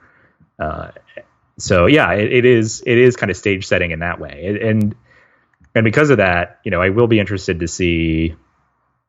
We talked about this a while ago, but Filoni has also said, he hasn't. Because people have asked, like, oh, well, is there only a limited number of seasons that you can actually have Rebels on? And he said, well, technically the Rebellion runs through and doesn't end until the Battle of Jakku now. And so that means Rebels could keep going. And so, given that at this point it's all stage setting, really, it would kind of be interesting to see what happens to these characters or to the show post the major, mission to blow up the Death Star. So then what are their lives like? Once we get to the point where they're not just trying to hide themselves from the Empire, but no, they're actively on the run, being hunted down by the Empire, and they can't keep a permanent base anywhere, and they have to just kind of go from planet to planet, trying to find somewhere that they're not going to show up on anyone's scanners. Right. Yeah, it's this kind of it'd be really interesting, because obviously by the time this, well, actually, to be honest, by the time, how many did they just running? I mean, I assume that season 3 is going to just run. The first 6 episodes run up until October. So if there's another, it might either be resolving or on a cliffhanger by the time Rogue One comes out. Because was it season 2 or season 1? I can't, or both, where we got half a season and then they had a production break for a couple months and then we got the other half of the season. Yeah. They split it in half. Yeah. So I don't know. I'm not sure if we're getting that here or not. I mean, given that Filoni wants to tell us kind of one big story arc, it seems to me that would then make the most sense to produce it and to broadcast it that way. But some of that might also be up to what their production schedule is like and what the animation studio can handle. For some reason, I always thought. I don't know why I think that Rebels is a 13 episode season, because it's 22. Last season 2 was 22 episodes. Yeah, it was 15 of the 15 on season 1, which did end with episode 15, Fire Across the Galaxy. There you which go. is what you were talking about. Yep. But yeah, I mean, so if they're a 22 episode season, they're definitely going to be taking a break and coming back in a post Rogue One kind of existence. So it makes me wonder if like they're just going to kind of stick with their timeline, or they're just going to be like, if the thing is like, oh, the first 11 episodes take place, a couple, a year or two before Rogue One, and then they jump ahead or something. But I doubt it. I doubt they're going to do, because they've already kind of jumped ahead in this first episode, which, I mean, we didn't even talk about Ezra's look. Right. Well, he got a haircut. He got a haircut. Taller. He's taller. I mean, he's going through puberty or whatever. But Kanan's got a beard now, and he's got some weird shell on his head. What do you think about the Kanan eye cover? I kind of prefer. I liked it at the end of season 2 as kind of a temporary thing, and now I would prefer it if he wasn't wearing it all the time. When he took it off, when he was with the Bendu, and he kind of removed it, and you could just kind of see his blindness and the discoloration on his face. I thought that was kind of like that was a powerful moment and kind of a neat thing, and I wish they had stuck with it. But then he puts it back on at the end. Yeah, I don't think it really, honestly, the design, it doesn't really serve a purpose, to me, and aesthetically, It's like, I honestly, my personal opinion is like, I think they should have gone maybe in a little bit more of a kind of the martial arts kind of idea of the blind swordsman kind of aesthetic, maybe make him more, I mean, I don't know how old he's supposed to be in this. It's hard to tell when it's animation. Right. Maybe he's getting kind of into that more, now he's talking to the Bendu, and he's talking about, he's added he's added something to his quote repertoire, which is, the idea that, just because you don't have eyes doesn't mean you can't see or whatever. His sensing or whatever, make him a little bit, maybe change his costume a little bit, make him a little bit more, he's got the beard, maybe he lets his hair down. He's maybe looks a little bit more like Qui-Gon Jinn or something like that. And of course, this was just the first episode, but they did show the physical change of Ezra. Although and Sabine, of course. I mean, there was a big change in her hair, right? Yeah. So her hair is now kind of blondish white with purple tips, and that is yeah. And so you can see that she's matured. I mean, I was just trying to make sure I wasn't talking about, she looked like that for the whole last half of the season. Or something. And she has a new animal on her shoulder. It's that like owl creature, that owl with a long tail that we saw in this thing, that is now on her shoulder pad, rather than it was like a piranha looking thing for a while. And her look has changed a little. Speaking of owls, so during the Bendu scene, what was with the owl? Yeah, it was weird that it didn't really look like, even the Loth cats on Lothal, right? They're cats, but they look different enough from like Earth cats that you can say, oh, okay, that's a different creature. But I guess they gave the owl like a really long tail or something, but you don't see that most of the time it's on screen. It's just like, oh, that's an owl. Right. So I guess, I was like, I guess this planet has owls. Like owls are all over the place. I don't know. Maybe there's, I know Filoni has a thing about wolves, but maybe someone on staff has a thing about owls, and they really want to put owls in there. I don't know. Come on now. I mean, I know there's a whole thing which I've mentioned before. I think they call it the Turkey City lexicon or whatever. It's that thing for kind of, it's a rite of passage for anybody who writes genre fiction. It's kind of like your do's and your don'ts. I will say that after I've read that, it's like, and I took it very seriously when I was writing fiction, that like, oh, I have to avoid that. I honestly have come to the opinion that it's completely almost a useless thing. That like just the function of being a writer, you will end up kind of through the thing of not having your stuff purchased or people not reacting to it, you'll eventually drop a lot of the bad habits that they warn you about.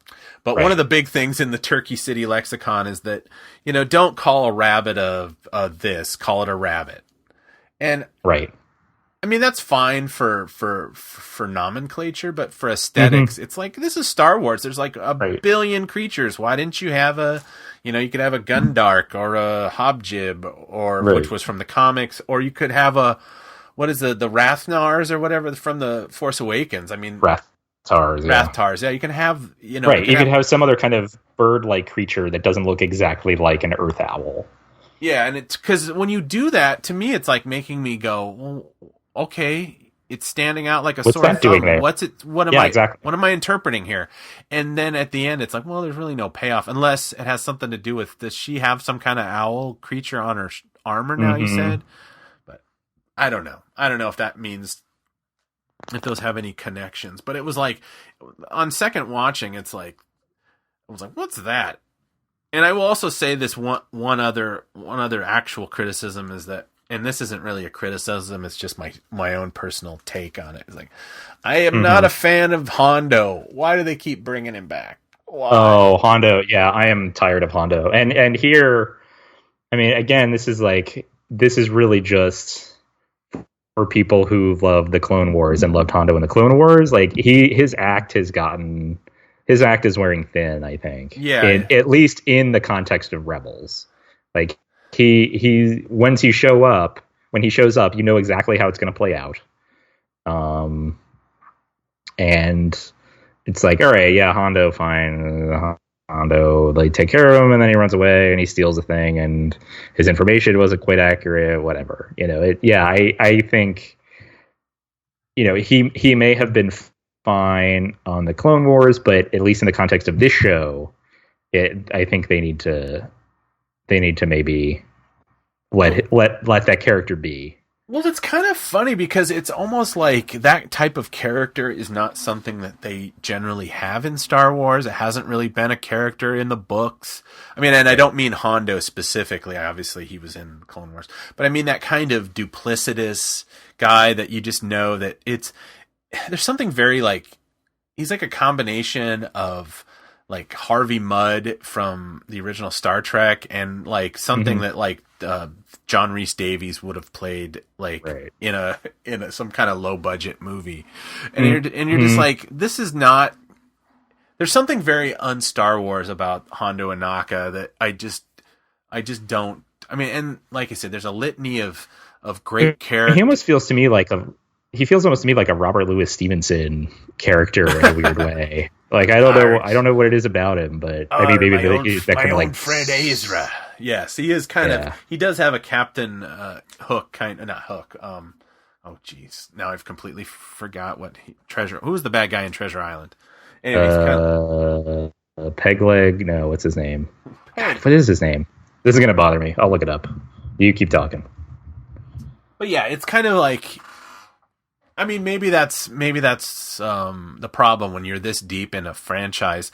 Homage really stands out, kind of thing. Like, it's like, yeah, you can steal from obscure to most people in the States, obscure French comic books for your aesthetics.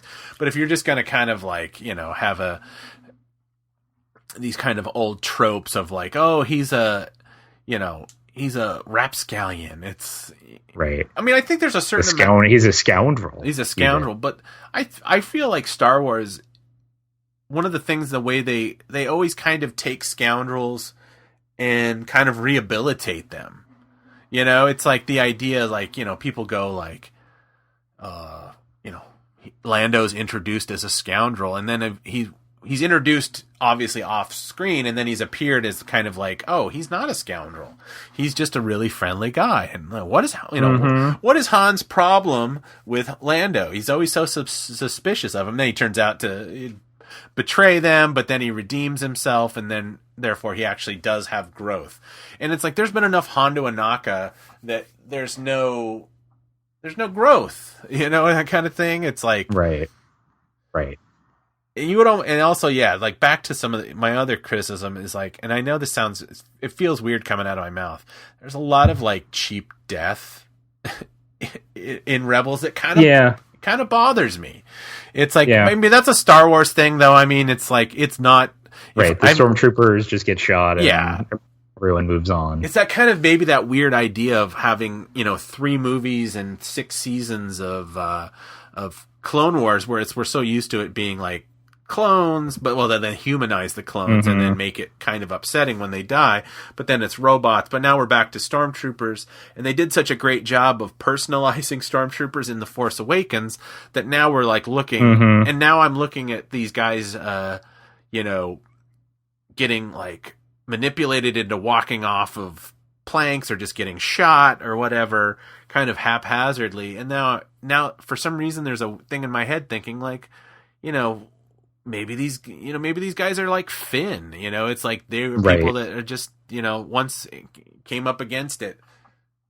I don't know if you can actually reconcile that and have a fun sci-fi adventure. If you really go, well, how fun is Star Wars going to be without the war? But it's the kind of the idea where, it's the old adage in American entertainment, whereas like we can have Ezra just kill people, but when I'm sitting there trying to pontificate like, oh, maybe the holocron, since it's a female and he's a young man, there could be almost a seduction. I'm not talking explicit anything, but just the idea of a young man full of himself and this voice kind of pouring honey into pouring honey into his ear, appealing to the prurient interest of a young man. Like I would say, oh, well, you can't do that in a kid's cartoon. And then it's like, I immediately discount it, my own thing, but then realize, but he's killing people. It's like, this isn't even a criticism. It's almost kind of just a thing that goes around in my head, and I'm sharing it with you. It's the idea of like, well, maybe that in the future of the way they want to tell stories, it's like, I think there's some room for some like grown up emotions, and if they're if they want to have real things, like let's have people with real lives rather than just killing people is kind of a passage of rite of passage. It's like he's gone from stunning people with his slingshot to like just wholesale murdering them. But I don't even know if that's a fair criticism, because like I said, this is kind of a trope. We're dealing with a series that is now, screaming towards its 40th year in existence, and it would to start getting squeamish about bad guys dying. It might just kind of ruin the fun of it, Well, I think at least in this episode, they did kind of show that Ezra was being pretty ruthless when he would, in the way that he would kill the stormtroopers, right? Yeah. So there's that scene where there are some stormtroopers. There's a stormtrooper in a walker, or there's someone in a walker, and he kind of uses his Jedi mind trick to get into the walker driver's mind and turn it around and shoot at the other stormtroopers, and then take the walker and just walk right off of this bridge into the abyss of this lightning storm planet. And that was clearly portrayed as like, oh, Ezra is really different, and that was maybe a little too far. At the same time, like, I don't know if he didn't do that, what were they going to do, right? If the stormtroopers were still going to be there, they couldn't just like arrest the stormtroopers. So in a way, it's like, they were going to have to kill those stormtroopers anyway. And so the fact that they portrayed it as like, okay, this isn't just an inconsequential death. This it has consequences, not necessarily for the stormtroopers, but this has some meaning for the characters and kind of where they are emotionally. That is a change, right? Because stormtroopers are pretty dispensable, right? They're Yeah. or what's the word? Disposable, right? They're kind of there, and they have a bunch more that they can get, right? That was the whole point of making them clones in a way, was to have these kind of, same face. They're just millions of them. They're all disposable, and that became the stormtroopers. But as you say, right, like maybe some of them could have been Finn. Maybe some of them were not totally thrilled to be stormtroopers. Maybe maybe they shouldn't have just been killed outright, not just by Ezra, but by the rebels shooting thing. It's like, because we as the audience know that we're supposed to root for the rebels, right? We just kind of look the other way at all of these people they kill, which is not to say that I personally have some issues with people who decide they're going to dress up like the stormtroopers, and I was just about ready to say that. They love the Imperial side of things in Star Wars. It's not to say that, but you're right. Just to kind of treat it as it is what it is, right? Treat it as, all right, yeah, these rebels, they have this cause that we, the audience, sympathize with, but they're killing all these people to do it. Yes. Right? It's that kind of like, it's because it's bloodless, it's that kind of like people falling or blaster bolts. But yeah, it kind of makes me, it makes me just think about like kind of the strange message or the you're kind of damned if you do, damned if you don't way of trying to tell a high adventure story with some consequence. Mm-hmm. But, as I turn off my episode and I go back to television, there's an ad, obviously Target is pushing, they've had their Force Friday. They want to sell some toys. And then there's a picture of like, a girl taking off, a person taking off their stormtrooper helmet, and it's a girl. And it's kind of like, well, okay, so we're marketing this idea that, hey, it's 2016. Girls are just as into this stuff as boys. And that's great. And hey, totally agree. But yeah, she's a space Nazi. It's like, wait a second. Right. It's like, yeah, it's like, how do you keep the Empire, the bad guys, if, and have them be really scary, and then simultaneously be like, you go girl, you celebrate, that you can do everything else. Everyone has, you can dress up like a space Nazi, just like all the other guys have. I mean, I'm not saying that, I'm not really attacking it on the on the gender issue. It's just more of like we're putting together like it as a choice. It's like you could be a bad guy or a bad person. You can be bad, and it's like, well, okay. I mean, I kind of liked it much better when the Target did the kind of the ads for I think it was Christmas, where it was like they were like little CGI First Order troopers chasing people around, like, where are they? Go this way, that kind of stuff. It was a much kind of like, there's still some menace, and it's like, I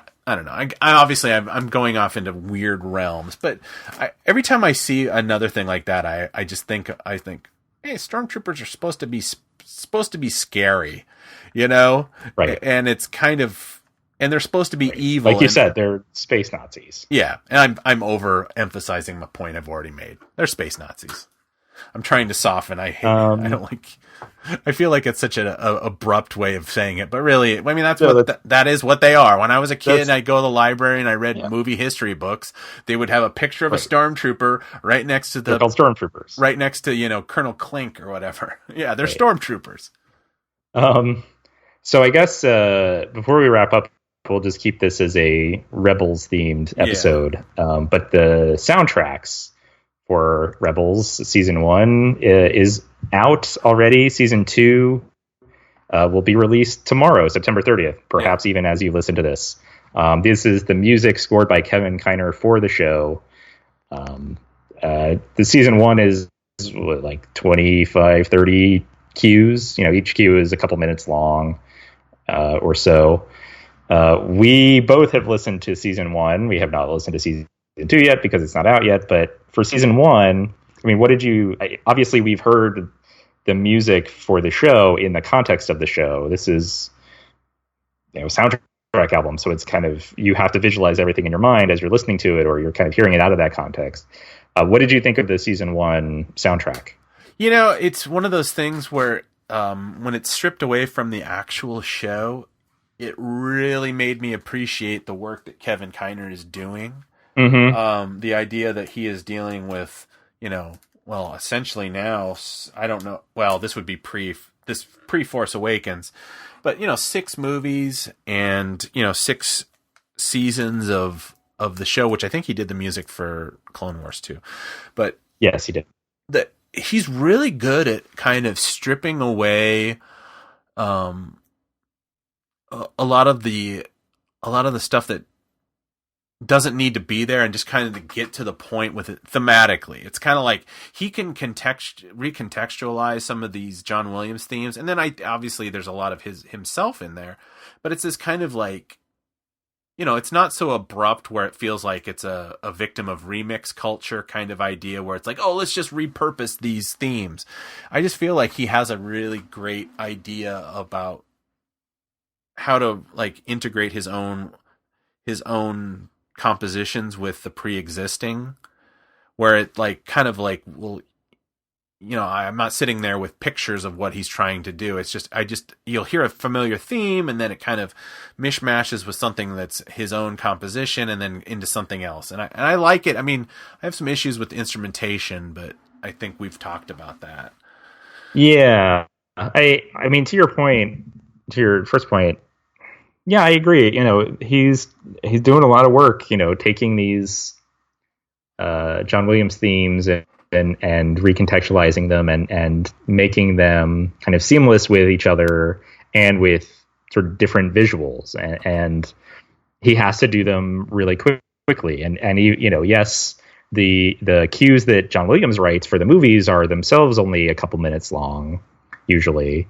But the TV shows, 22 minutes, and you've got to fit a lot in, and so the action may be a little quicker, or you kind of have to hit the theme and move away from it perhaps even more quickly than they do in the movies, and at the same time you don't have 2 hours to develop a particular theme or a particular music idea, melodically or harmonically or whatever. You don't have as much time to kind of develop it and come back to it and kind of hint at it in different ways and present it in all kinds of different instrumentation, and then present the full theme at some point. You just don't have those same kinds of opportunities working on a TV show. And so, yeah, I think Kevin Kiner does a pretty good job of being able to kind of fulfill what his job is on this show. I think the Clone Wars had a lot more original music, whereas, and not to say that there's no original music on Rebels, but I think Rebels even more is drawing on specific cues, specific themes, specific melodies from the John Williams scores and integrating those into the show. Now, yeah, at the same time, hearing some of those themes out of context, not just not watching the show, but not watching the movies in which they come from, that can be jarring sometimes, right? Oh. And part of that is because, if you are the kind of person who would listen to the Star Wars Rebels soundtracks, chances are you're also the person who has listened to the Star Wars film soundtracks countless times, right? And so you have a lot of these themes kind of ingrained in your mind, and what comes right before them, and what comes right after them. And so to like hear them sometimes, and then it kind of moves away, to hear the Han and Leia, the Princess and the General, or even just Princess Leia's theme, or the Force theme, and then suddenly it kind of wanders into something you don't recognize, your brain kind of goes, wait, that's not how that's supposed to go. Like, that's not what comes after that. So that can be a little disorienting, and at least initially. And then, yeah, some of these tracks sound to me like they were recorded with live instrumentation. Not all of them do, and particularly the opening and closing credit themes, cues that accompany the show. I mean, those are clearly like played on a keyboard, right? Or orchestral samples or whatever, right? And I would hope by maybe for season 4 that they spring to get those recorded by live instruments, because it sounds so jarring when you hear them next to some of the other cues that either have live performance, or maybe the samples he's using are of higher quality or something else. Like, and then suddenly you hear this. I mean, you really can hear the difference right with the theme, and it just becomes so jarring, and it just doesn't sound good. Like it sounds cheap. And some people may not care about that, or some people might prefer, or I like, electronic sounds, or I like, those that kind of synthesized quality to it. There are people who do. You have people writing music now specifically using to make them sound like 8-bit video game music. You have people still doing that because they like the way it sounds. But to hear an actual thing placed next to like a simulation of that thing, right, the difference really stands out. Yeah, I did. Yeah, I mean, that's the thing. It's like I kind of did for my listening. I kind of knew that that's what I was walking into. So even though I could definitely hear it, I said, all right, I'm not gonna judge it on that. Although I will, like you said, will definitely want to address it, because I'm like I've come to realize that, like, the way I enjoy music, especially like instrumental music, is, production and instrumentation and timbre of the instruments. Like that it's almost like the timbre and the production style can almost be more important. Well, not more important, because if you don't enjoy the composition, it doesn't matter how it sounds. But I'd say it's like a third. And so, hearing orchestral samples and, listening to, like, I haven't bought a score in a while, but that kind of, the idea when I listen to a score of a movie, or I'm watching a movie and it just feels like this was all made by one guy in a room, as much as I salute that kind of idea that one person could kind of do it all themselves, it's like you have to admit that it's like the timbre of the instruments do suffer. It's like even 40 plus years, 50 plus years into synthesized sound, an orchestral sample or a cello on a keyboard still doesn't sound as good as a when the bow hits right. the strings and and it resonates and the rosin comes off of it. And it's like, even a person who I would consider myself when it comes to music, a lay person, because I can't read music and I don't know what the terms are. I would say I listen to a lot of music, but everybody listens to a lot of music. But even a lay person like me, I can hear it, and it's jarring, and I definitely know that's probably not Kevin Kiner's thing, because it would be like, if I had a schedule and I didn't have to do 22 episodes, I would go and get the orchestra, or maybe if you sat down and talked to him, he'd say, hey, you know how hard it is to get real people to, pick up on subtlety, and I have an afternoon to score 6 episodes. So it's easier for me to get up at 3:00 in the morning when I have an idea for a theme, to just kind of turn on my laptop and start, working something out in MIDI that kind of, it's almost like a compromise because of time. In a perfect world, I think that, this would be like a thing where he would have it scored, and it would aesthetically stay in that kind of Star Wars realm, that everything that's that's live action or animation in Star Wars is going to be treated with the same gravitas, especially if they want things to be canon, But exactly. It's right, and as you say, right, this is when I talk about the quality of the sound, or the fact that some of these cues sound jarring out of context, that's not a judgment on Kiner, right? Because that's the job he's given, and sometimes he has to turn these things around in like a week, or 2 weeks, or 3 weeks even, and you can't schedule even like a small chamber orchestra in that amount of time to record your cues. You kind of have to go with whatever samples you have in Pro Tools at the moment. And that's just that's the nature of making this music for TV and making this music for an animated show, which, again, while it does pretty well and Disney's proud of it and Star Wars, puts their support behind it, it's not a big budget show, and its budget goes for the animation more than anything else. I don't know why.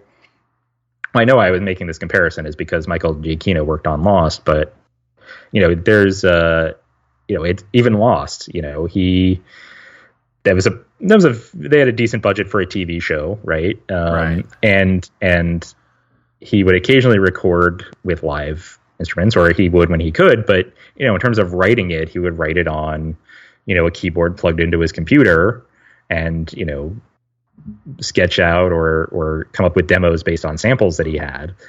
And so if you think of a show that has even less money and less time to work on the music than that, you can see how it ends up is like, this is clearly something that was put together in Pro Tools, right? And when I say it's jarring, when I say you can clearly hear it, like, I'm saying that I don't like that about it, but I'm not saying that as a judgment on either the music itself or on Kiner's work. Right. And I want to make that clear. Yeah. And I honestly, at least the way I didn't take it as such. It didn't sound like that to me, but yeah, I mean, I would go as far to say that it's jarring enough where I would, and I bet you anything Kevin Kiner would be up for. I don't know much about him except I watched a little profile. He seems like a really interesting guy and used to be like he's a guitar player, and I like guitar players, but I think it would be great if they could maybe, hey, like, why don't they give him a chance to do like maybe a concert arrangement of his best themes and record it with an orchestra and release it as that. Like, there's something to be said about, and I like I said, I only listened to this once, so I don't have a huge amount of experience, but there's something to be said about like the way that at least the Star Wars was initially in 1977 released on soundtrack. It was done in the idea that you were going to listen to this as a piece of music, and still to this day, it is my absolute preferred way of sitting there and listening to. Even though it's not the whole score and things are missing, because he did a concert arrangement, and it's done and edited in a way where you feel like over the 65 minutes, it's like a double record set. I every time I tell that, so I think about stacking the records, because like the side 4 or side 2 would be on a different record. So you could actually, if you had an automatic feeding turntable, you could have almost a continuous 45 minutes worth of music. The way that's done, it's so perfect that like the experience, like it feels like you almost interact with the music. The way I feel that they do soundtracks now, it's like, just throw it up there and kind of try to keep it as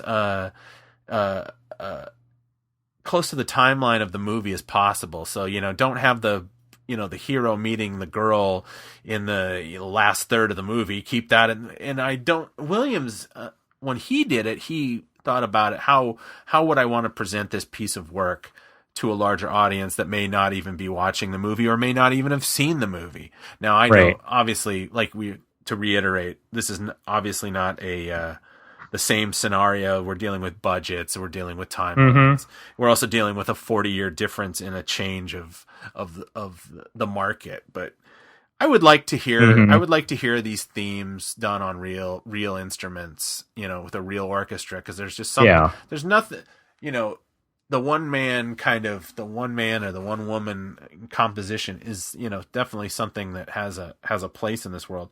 But, orchestral stuff, I just feel like you get the imperfect performance. You get the kind of the slight driftings in tuning, which, I mean, who knows now with Pro Tools and whatnot, but it's like, there's just something more organic to it. It would be really nice to be able to hear it in that context. Yeah. So, and I think, maybe even if you put together a concert, a couple of concert suites, right? Because John Williams does that too. Or orchestral suites, I should say. He'll write the cues for the movie, and then he'll pick out 2 or 3 or 4 and write a full blown 5-6 minute version of it, or even a concert suite that goes through multiple themes from one movie, or at least he did for the original trilogy and probably Phantom Menace. I don't know that he did the concert suites for 2 and 3. But it would be interesting to hear kind of what Kiner would put together as an orchestral suite for his music, and the fact that he is using themes from John Williams, that would maybe be a little less dicey intellectual property wise, because people can write concert suites that incorporate many composers, or several different composers have music based on a theme of Paganini, or a piece of music based on something this other composer did, and so for him to say, okay, this is a Star Wars Rebels concert suite that also it includes some John Williams themes in there, that but also then takes those and extends them out and presents his own variations on them, and his own original themes that he was written for Sabine or Zeb or whomever. That could be really interesting to see what that sounds like. Yes, and again, I've mentioned him many a time, and I feel like a broken record. If you want to, I think a great example of kind of what Kiner is trying to do, plus it's recorded with an actual orchestra, which I think it was the Royal Scottish Orchestra. It's, again, second time I want to mention it this week, Shadows of the Empire by Joel McNeely, which does definitely use aspects of John Williams' original scores mixed with his own compositions. And it's done, like I said, it's done with, there's a choir, and I don't think it's any of it synthesized. I will say I haven't listened to it in about 10 years, but it's a great one that kind of achieves that. And I saw, like I think, like I said, time, if time's permitting, it can be done. It would be nice. I was going to say we probably need to wrap up, and I think this, I don't think we really need to go deep into this. I don't really think there's a lot to this thing with Filoni having changed his title. Do you? I think he got a promotion, right? Yeah. So on this premiere, people noticed that someone else was listed as the supervising director, and Filoni is still executive producer, but he's no longer the supervising director, meaning he's no longer like the guy who tells the other directors, what to do or gives them ideas for how to direct an episode.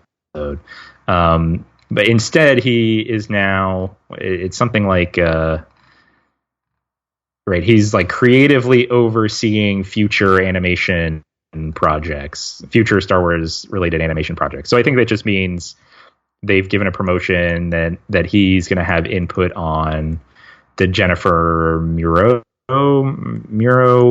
show that she's working on, and potentially, I guess Lego, like the Freemaker Adventures. I guess that if they're going to do more Lego Star Wars shows that are animated, maybe he'll have input on those, or anything else that might be coming down the pike that will be an animated Star Wars thing. Dave Filoni will have input on and maybe even kind of creative direction over. And we've talked about Filoni before, right? Like, I think in general, he has a pretty good sense for what to do and what not to do. Managing this transition from Clone Wars to Rebels, I think I haven't always agreed with some of his decisions there. We talked about Hondo, and previous episodes I've talked about some others, but overall, I mean, I think, he's exactly the kind of person they want doing that sort of thing. Yeah, I mean, I would say that, all of my criticisms, your criticisms notwithstanding or whatever, that he's generally, the decisions he makes is that because he's definitely thinking about it. And that's what I always understand about him. Right. Like, even if I don't agree with what he decided, I'm like, I know he didn't just go, let's just do this. I mean, I think he definitely is a guy that lives, breathes, and tries to situate it within kind of existing Star Wars. Yeah, there's a logic to lore and storytelling. There's a logic to what he does, and I think that Lucasfilm is a big changing business, and even if they said Disney's got a hands-off kind of approach to Lucasfilm, they definitely need to kind of think about the future of it. And Dave is probably, other than Kathy Kennedy, is the number one connection that Star Wars has to its history, and the fact that he's basically studied with the Grand Meister George Lucas himself. And I think he's an important part of the future of what Disney's doing with Star Wars right now. So what they did was probably a way of their kind of securing their future by putting him in a position of probably got a little bit more money, and he's probably got a lot more power. And, it's like they like what he's doing, and they want to make sure he doesn't all of a sudden run off and do Star Trek or something, Yeah. But I don't think they're in too much danger. But yeah, Lucasfilm, right. They clearly care about that kind of organizational continuity. Exactly.